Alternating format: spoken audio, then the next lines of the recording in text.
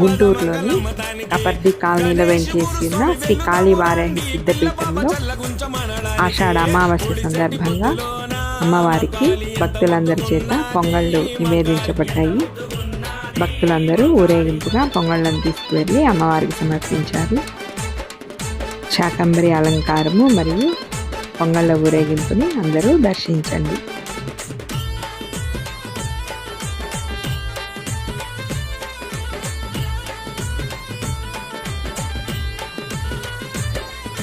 శివసత్తులుగుతుంటే మంకాలి సింహమోలే దునుకుతుంది, మంకాలి సింహమోలే దునుకుతుంది.